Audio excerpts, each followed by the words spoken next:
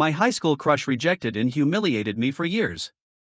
At our reunion, she wanted a second chance, but her lies turned everyone against me until the truth emerged.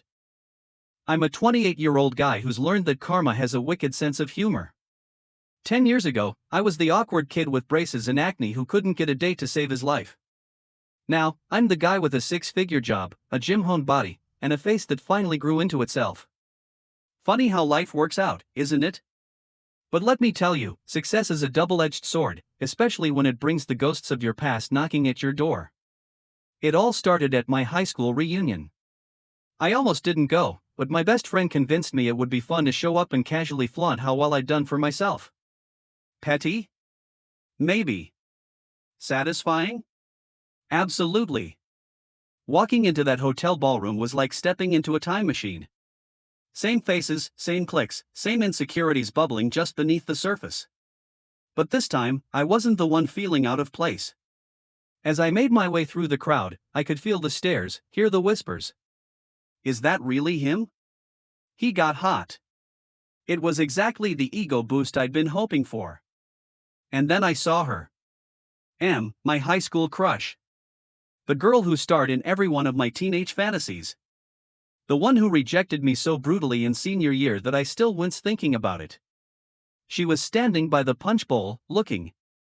Well, life hadn't been as kind to her as it had been to me. She'd gained weight, lost that sparkle in her eye. But when she saw me, her face lit up like a Christmas tree. Oh my God, is that you? She squealed, rushing over. You look amazing. I plastered on my best fake smile. Hey, good to see you. She launched into small talk, asking about my life, my job, if I was seeing anyone. With each question, her eyes grew wider, her smile more flirtatious. I could practically see the wheels turning in her head. So, she said, twirling a strand of hair around her finger. I was thinking maybe we could grab coffee sometime, catch up properly. For a moment, I was tempted. This was everything 18-year-old me had ever wanted. But then I remembered that day in the school parking lot, how she'd laughed when I asked her to prom, how she'd told everyone about it for weeks after. Sorry, I said, not feeling sorry at all. I'm pretty busy these days, maybe some other time. The look on her face was priceless. Shock, confusion, a hint of anger. She wasn't used to being turned down, even now. As I walked away, I could feel her eyes burning into my back. I'd be lying if I said it didn't feel good. I thought that would be the end of it. Boy, was I wrong. A week after the reunion, my phone started blowing up. Messages from people I hadn't talked to in years, all saying the same thing. You need to give Em a chance. At first, I ignored them. But they kept coming, getting more insistent, more guilt-trippy. Finally, I got a call from B, Em's best friend since high school. I almost didn't answer, but curiosity got the better of me. What's going on, B? I asked, trying to keep my voice neutral. You need to stop being such an asshole, she snapped. Em is a great girl, and she's been through a lot. She's a single mom now, you know. Her ex was a real piece of work. I felt a twinge of sympathy, quickly squashed by the memory of all those years of rejection and ridicule. That's rough, I said, but I don't see how it's my problem. B's voice got low, almost threatening. Listen, you owe her this. After how you her at the reunion. I cut her off. How I treated her. Are you kidding me? Do you not remember how she treated me in high school? There was a pause. That was a long time ago, B said, her voice softer now. People change, Em's changed, she really likes you, and I think if you gave her a chance, you'd see what a great person she is now. I hung up, my mind reeling. Part of me wanted to block all their numbers and be done with it. But another part, a part one wasn't proud of, was curious. What if Em had changed? What if this was my chance to finally get the girl I'd dreamed about for so long? Against my better judgment, I agreed to meet Em for coffee. The cafe was neutral territory, a place where I could hear her out without feeling too vulnerable. As I waited, I couldn't help but feel a mix of anticipation and dread. Em walked in, looking more put together than she had at the reunion. She'd clearly made an effort, and for a moment, I saw a flash of the girl I'd crushed on so hard in high school. Thanks for meeting me, she said, sliding into the seat across from me. I wasn't sure you would. I shrugged. Your friends are pretty persistent. She had the grace to look embarrassed. Yeah, about that. I'm sorry, I shouldn't have involved them. I really wanted to talk to you. We ordered our coffees and for a while, we just made small talk. She told me about her job as a teacher, about her 5-year-old son. I told her about my work in tech, carefully avoiding any mentions of my personal life. Finally, she took a deep breath. Look, I know things between us were complicated in high school, but I've grown up a lot since then. We both have. And I can't help but feel like maybe this is our second chance, you know? I studied her face, looking for any signs of insincerity, but all I saw was hope, and maybe a little desperation. It made me uncomfortable. I said slowly, I appreciate you saying that, but I don't think you understand what it was like for me back then. You didn't just reject me, you humiliated me, for years. Her face fell. I know, and I'm so sorry. I was young and stupid and now what? I interrupted. Now that I'm successful and attractive, suddenly I'm good enough for you? She flinched like I'd slapped her. That's not fair. I told you I've changed. I'm not that shallow girl anymore. Maybe not, I conceded. But have you considered that maybe I've changed too? That maybe I'm not the same guy who would do anything for your attention. Tears welled up in her eyes. So that's it? You won't even give me a chance to make it right? I sighed, feeling a mix of frustration and pity. I'm not interested in being anyone's second choice or backup plan. You had your chance, and you made your choice. I've moved on, and I think you should too. As I stood to leave, she grabbed my arm. Please, she whispered. My son? He needs a good male role model in his life.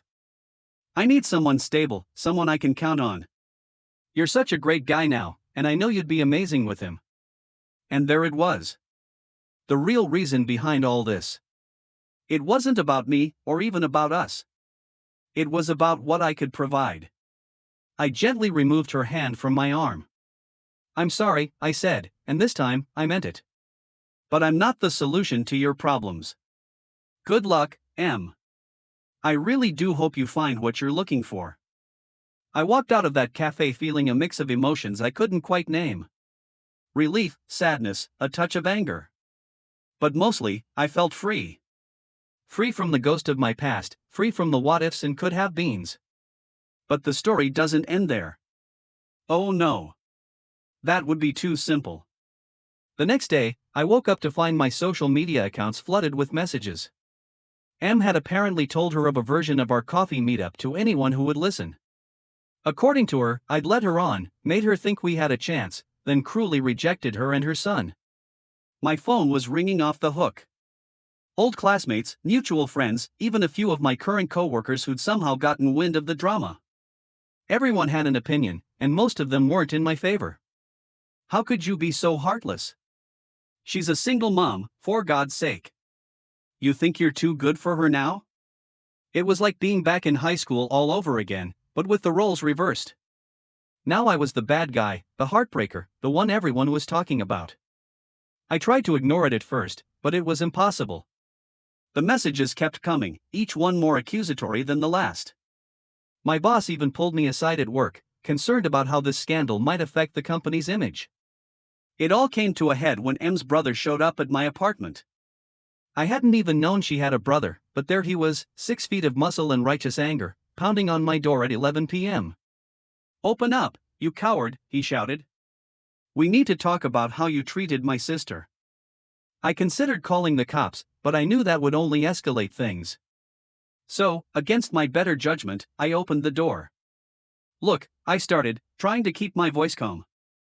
I don't know what Em told you, but I didn't get to finish. His fist connected with my jaw, sending me stumbling backward. Pain exploded through my face, and I tasted blood. That's for breaking my sister's heart, he snarled. I straightened up, my own anger finally boiling over. Your sister? I spat, feeling the split in my lip. Your sister is the one who's been spreading lies about me. Your sister is the one who rejected and humiliated me for years in high school.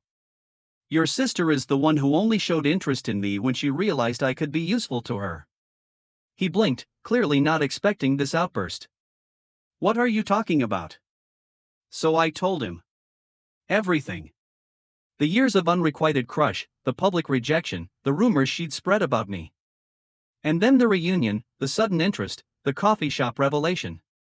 As I talked, I could see the fight draining out of him. By the time I finished, he was slumped against the doorframe, looking shell-shocked. I had no idea, he mumbled. She never told me any of that. Of course she didn't, I said bitterly. It didn't fit her narrative of being the victim. He ran a hand over his face, suddenly looking very tired. Man, I'm sorry. I shouldn't have. I mean, I thought. I nodded, gingerly touching my split lip. Yeah, I get it. You were protecting your sister. I probably would have done the same thing in your shoes. We stood there in awkward silence for a moment, neither quite sure what to do next. Finally, he straightened up. Look, I'll talk to Em, try to get her to stop all this, whatever it is she's doing, and I'll set the record straight with anyone who'll listen. I nodded, grateful but wary. Thanks, I appreciate that. As he turned to leave, he paused. For what it's worth, he said, not quite meeting my eyes, I think you dodged a bullet. She's got a lot of issues she needs to work through, and it's not fair for her to put that on you.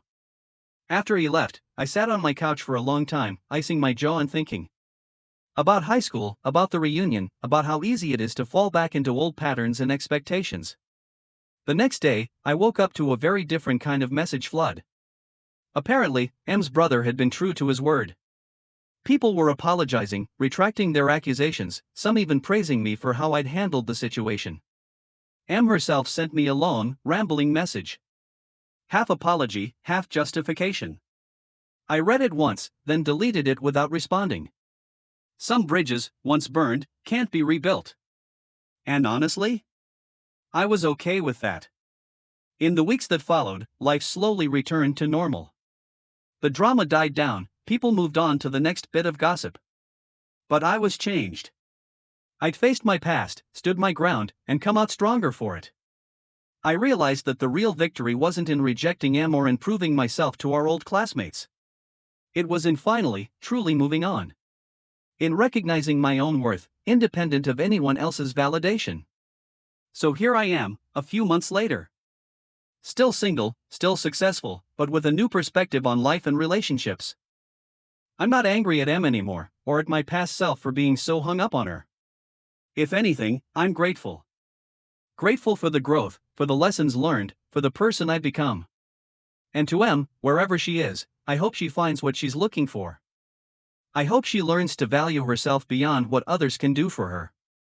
I hope she becomes the kind of person she'd want her son to look up to. As for me, I'm doing just fine. Better than fine, actually. I'm living my best life on my own terms. Thank you so much for listening to my story. If you have any thoughts, I'd love to hear them, so please leave a comment. Don't forget to like and subscribe if you want more stories like this one.